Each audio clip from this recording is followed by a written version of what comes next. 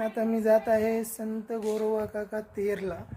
तर चला, मस्तपैकी गाडी काढली आणि डायरेक्ट तेरला येऊन पोचलो गोरोबा काकांच्या चरणी. आज रविवार असल्यामुळे फार काय गर्दी नव्हती.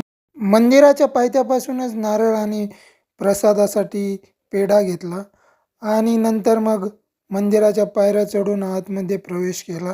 मंदिराचे वातावरण अतिशय स्वच्छ आणि भक्तिमय होते.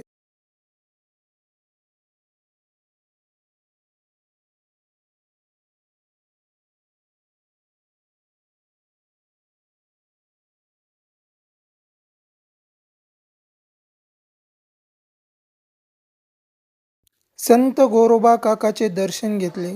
आज गर्दी कमी असल्यामुळे दर्शन खूपच लवकर झाले. त्यानंतर आम्ही काळेश्वर महादेव मंदिरात गेलो आणि तेथे सुद्धा नतमस्तक झालो